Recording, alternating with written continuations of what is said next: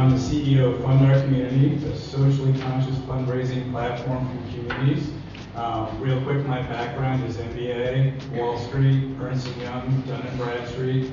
I created an incubator for the Australian government here in San Francisco. 3 startups, one did well, one failed, one didn't do so well, and now I'm on my 4th. So it's been an exciting ride, and I'm very happy to be here. About 2 years ago, I actually hired a business coach to say, okay, where have you been? Where do you want to go? About halfway through my career, I don't know what I want to do, but I'm not sure I've got the passion anymore. And after spending 6 sessions with her, I found out that the thing that excited me most was doing something that gave back to communities. And the reason that is because if you think about it, we're all shaped by communities.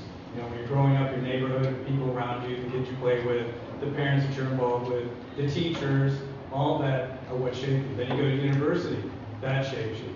Then you move into a new neighborhood, you move to San Francisco, you move to New York, that shapes you. And I thought about it, I was like, you know what, it is time for me to give back.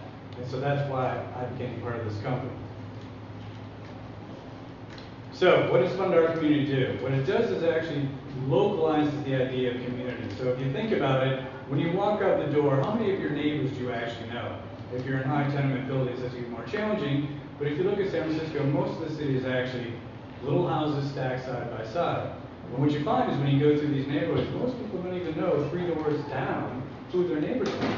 And if you think back 50 years ago, everybody knew their neighbors, everybody was looking out for it, the kids played out front, the kids went to the park, everybody was a part of a community.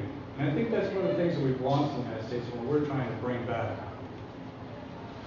So what you're going to say is crowdfunding. Well, hey, isn't there a lot of crowdfunding companies out there? Sure. Are there any that are focused on community? There's only a handful. And we're going to actually make our point by doing it better and faster and different than anybody else. So let me ask you a question. How many of you guys have been part of a startup? Okay, I figured it'd be everybody, okay? So now, of that same group, how many of you have had to actually raise capital for your company? How many of you thought it was easy? Good. It's not. I've been doing it for 15 years for different companies, and it's always pretty difficult. So Eddie, what I'm going to do is, I basically have done most of my presentation on crowdfunding, not on FundOurCommunity. Okay. But what I would ask you guys to do is please check our site out, follow us on Twitter, follow us on Facebook. But now I'm going to talk about crowdfunding and what I see has happened in the last 15 to 20 years. So, who has actually successfully raised capital here? 1, 2, 3, 4, 5, 6. Okay, congratulations. So who did C rounds and who did A rounds yet? Who's done a C round? Okay, who's done an A round? That's where the fun really starts, right? The seed round is great because it's an exciting time. You've got this fantastic idea. You're trying to figure out how this fits. You've sold some people on that. You're going to make this vision happen. Now, what they don't really tell you is that 9 out of 10 of your companies are going to fail, but that's really what the percentages are going to say, right? So when you think about the Old Boys Network, when you go, and let's say that you guys, all of you are going to make your seed round happen, and we're all going for your A round funding. Now you're going to have to face what we call the Old Boy Network here in Silicon Valley. And that's basically, there's a cycle that happens here where the schools, Berkeley, Stanford, all of them, teach you how to be entrepreneurs, teach you how to raise capital, teach you how to run a company, and they say this is the way you do it. Then you've got the rock stars, you know, the big companies like Kleiner Perkins, DFJ, those guys that say, okay, well, yeah, we're willing to look at your business plan, but you got to put in a queue. If you really want to talk to somebody, you've got to get somebody to introduce you to a partner, right? That's the hard thing. Everybody says, oh, well, just go talk to DFJ, just Kleiner Perkins, one of these guys. It's not easy. Nobody's going to take your phone call unless you get an introduction. So now the law firms and now the accounting companies come in and say, oh, hey, well, I'll take your business on. I'm going to charge you $750, $1,000, $1,500 an hour, but I'll make 3 introductions for you. And when you actually get that capital, I'm going to take that money back right then. So now you're actually paying an exorbitant fee for that introduction, right? So now you're going through the process, and at the end of the day, when I look at crowdfunding, I think it's going to be a democratizing or a leveling type opportunity where companies looking for seed funding now are going to be able to get money much faster and easier. And what I'm really curious, and Eddie and I were talking about this earlier, is what happens in 3 to 5 years when these crowdfunding and equity plays get bigger and larger. And instead of looking at, say, you're looking at most of your seed rounds are $1 million or less, A rounds are somewhere between 3 and 8, depending on the size, and the crowdfunding actually started participating in those A rounds, how is that going to change the old boy network? I'll tell you what, if these guys are smart, they're shaking in their boots because they're not going to be able to control the valuations, the deal flow, who gets to them when, nor are they going to be able to control how they actually go about doing the business with them and telling them what to do, which is what they do today. So, as any entrepreneur knows, sometimes you're really happy with VCs and sometimes not so much. So, about 2 years ago, I was reading one of Guy Kawasaki's blog pieces. Anybody know Guy Kawasaki? Oh, yeah, everybody knows him. Lightspeed, really very bright guy. He's got some sort of Twitter microchip in his head or something. Every 15 seconds, a new tweet comes out from this guy. But anyways, long story short, he's very bright. But he came out with a blog and he tried to say, well, this is what venture capitalists tell entrepreneurs. And I just fell off my chair laughing because you'll see what he says in bold, and then that's what me, who's basically been guiding entrepreneurs for 15 years, thinks. So I did his top 10 lies, and I actually did 2 papers, both of which were published for a startup journal in Australia. And what I did is I broke it down to 2 different papers. One was the top 10 lies that venture capitalists tell entrepreneurs, and then the other one was the top 10 lies that entrepreneurs tell venture capitalists, right? So if you think about it, it's a dance, right? It's a tribal dance. It's a dating game. It's like, oh, you're telling me this, I know you're bullshitting me. And the other side says, well, you know what, you say this hockey stick's going to happen. I said, well, you know, if I didn't bring that hockey stick, would we be having this conversation? No. So this is the dance. So if you look at it, I think number 2 is the one that you have to think about as seed investors. When you're looking for that A round, you need a specific company that's in that sweet spot. Most VCs work on a 10-year cycle. So just like they have to go out and they have to raise capital. So they go to institutional investors, the Harvards, the Stanfords, the Cornells, the CalPERS funds, all those big funds, and say, hey, you know what? Give me $100 million or $500 million, and I'll get back to you in 10 years with a great return. What they don't tell these guys is that 25% of the VCs actually make a profit, 25% break even, and 50% lose money. But that's really how it goes. So if you think you got it tough, these VCs got it really tough too, plus they got 20% on average carrying costs.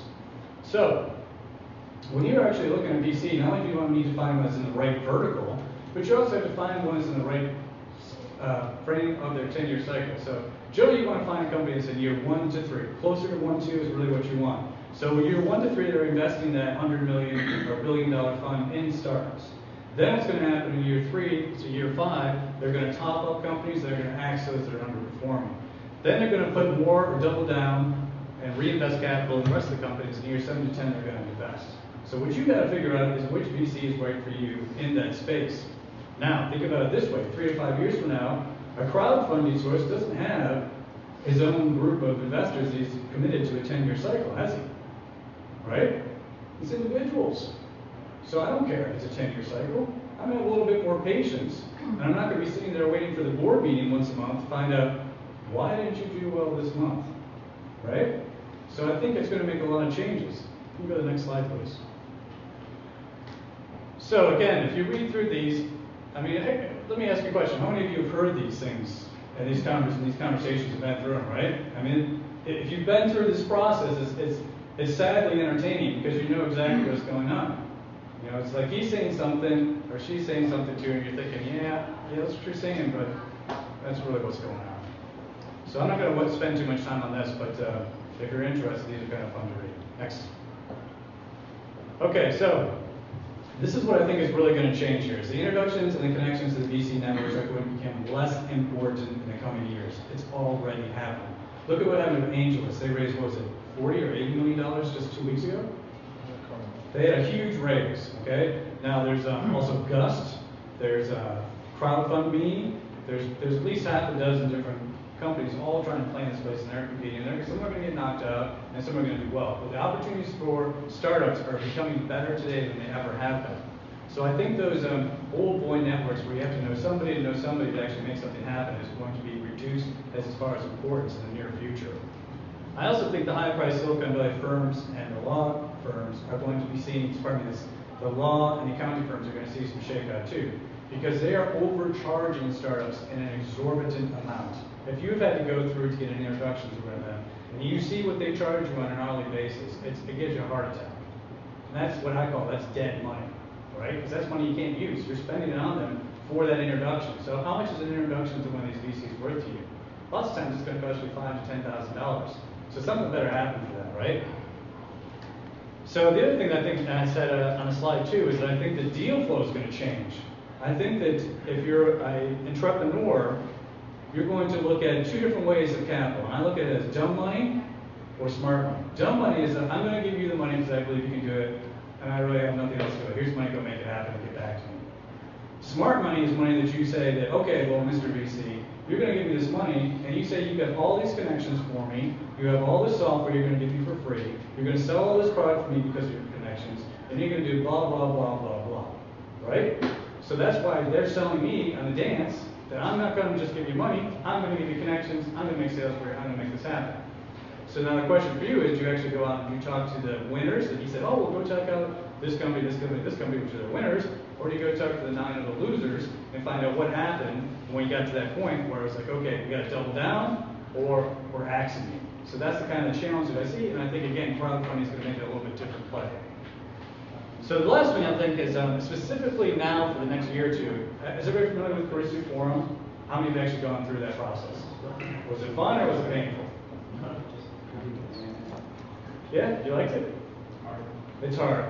And I think Randy's got a really good program there, but it is challenging. And the challenge there again is, who are the investors? It's the same group every time, right? It's the same group of investors when you go through Caruso Forum every month. So they've created their own deal flow, just like the VCs in Silicon Valley did. Caruso Forum has done it on an angel round. So they've done the same thing, just a little bit different. Next slide, please. Okay, so this is what I see happening in the next year to 2 years. I think there's going to be more startups are going to be funded. There's no question in my mind. I think the same amount of VC capital, angel capital is going to go in there, but I think there's going to be a lot of individual investors that are going to jump on the bandwagon. I also think there's going to be more failures. I'm not sure if there's going to be more failures as a percentage, but there's going to be more failures because there's going to be more companies. And I think there's going to, one of the things that I think is really good is there's going to be a lot of startups that are going to be funded by lower net worth individuals. If you think about it, in my paper in Eddie's paper from last week, if you look at the Security Exchange Act after the 29 crash in the 30s, so it's basically said that you have to have $1 million plus your house in equity to make an investment. You know, that kind of really unlevels the playing field. If you think about the United States right now, 40% of the wealth in this country is owned by 1% of the population. So what does that 1% do? Do you think they invest in startups? Not really. They'll give some money to VCs and institutional investors, but they don't really do the startup seed funding game. I think what we're going to see is that there's going to be a lot more startups that are going to be crazy, that nobody'd ever think they should invest in, and they're going to do spectacularly well, and there's going to be spectacular failures. But I will guarantee you this, there's going to be companies that nobody ever thought should have succeeded, that a VC never would have invested in, that are going to do really well because of this. Next. Okay, so like many of you, I'm an American citizen. In fact, both sides of my family came over the Mayflower. So I love my country, but it's not been doing real great the past 10 years. You know, we're looking at 17 trillion. Boy, that's a big 0, 0, 0 in this.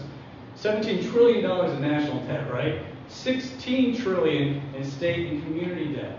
So at the end of the day, communities are not getting the funding that they were in the 50s, 60s, 70s when your parents were saying, hey, you know what, we can go and do anything. We just going to give our money to our public representatives and things are going to happen. It's just not happening today. The richer communities are still going to have stuff invested. They're going to have the best playgrounds, the best parks. In fact, you can even see it here in San Francisco.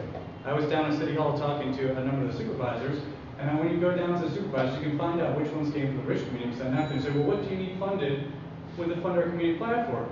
The ones that said, no, I don't need anything, were the rich communities because they had the money and they had the power to get the vote there. The middle class and the other ones are the ones that needed projects funded and they're the ones that need help. Next slide. So, long story short, I think crowdfunding is great. I can't wait. It's awesome. It's such an exciting time to be an entrepreneur. 10 years ago when I first started doing startups, it was really a different playing field. It's so much more exciting now. I think you guys are really in an exciting time period. As a CEO of a startup, I'm going to raise money this month. So I'm going to test the waters and see what happens too. And I look forward to your questions. The one thing I would like to ask you to do is give me a follow. Twitter, Facebook, please help us out. Thank you.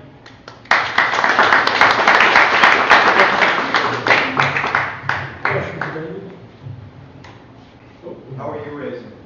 You know what, I'm thinking about doing half and half, half convertible debt and half private equity. It's always going to depend on the investors to make the right decision. Obviously invest in us, but that's kind of what we're looking at. So we're going to probably go And we're also looking at a combination of possibly doing AngelList and Gust at the same time. I haven't seen a lot of companies do that, so I'm trying to look out at the legal ramifications on that. But we're not positive right now. So if you have some suggestions or some connections, I'm always willing to listen. Hi, I'm Abigail. Hi, Abigail. Can you just explain a little bit more about how you, like, I'm assuming it's nonprofit projects or community projects? We can do nonprofit or for-profit. For your fund, our community. Okay, Yeah, most of the projects aren't, unless it's an equity-based project, it's not for-profit, but it's just a project used to do a playground or something like that. So can you just explain a little bit, like, what kind of projects are you targeting and how you're going to reach out to the community and onboard them, things of that nature? Sure. So we actually launched about 6 weeks ago. I've got 600K in the pipeline, 100K actually up right now. Our demographic is generally those folks over 45 or 50 that are less technologically savvy than the Kickstarter, Indiegogo, that crowd, which typically use Kickstarter to broadcast through their social media platform out to other folks. What we found and what we believed before we started this was that demographic is not as social media savvy and would need more assistance, and that has come to play. So let's take an example. So let's say that you live in Ingleside or Merced Heights here in San Francisco. There's a couple of playgrounds. In fact, Merced Heights, I don't think that playground's been touched in 20 years, and there's nothing in the last bond. Remember, the 2009 bond was used up for parks in O12, and the O12 bond is just now starting to be played out. There's no money for a new playground in that particular park. So what you say is you go to the community, you say, hey, you know what? We need some new swing sets. The jungle gym is gone. It's going to cost $5,000, and you start going to the community and saying, well, this is what is happening. You can use stuff like nextdoor.com, and you can also do grassroots. We think that there's also something to be said for using community activists in a traditional manner. Who do you know in your neighborhood? Knock on doors, talk to them. You're still going to use us as the vehicle or the platform to get money in to make that happen, but we don't believe the communities always know what those problems are. And if you think about it, if you invest in your community, maybe it's a sidewalk garden, maybe it's Friends of the Urban Forest doing a tree planting, maybe it's something to help Joe with his pizza parlor that burned down, but everybody loves Joe. All those different things, you invest in your community, the community becomes tighter, and what happens is values of your houses goes up. So if you think about it, it's a virtuous cycle. But I think a lot of us in this country have forgotten how that cycle needs to be graded. And to your point, it can be just about anything. We're not trying to kick into the Kickstarter space and the Indiegogo space, but if it's something that's community-based, we want to be involved and we want to help. Sorry for the long-winded answer. Oh, that's helpful. David, thank you very much. Thanks for your time.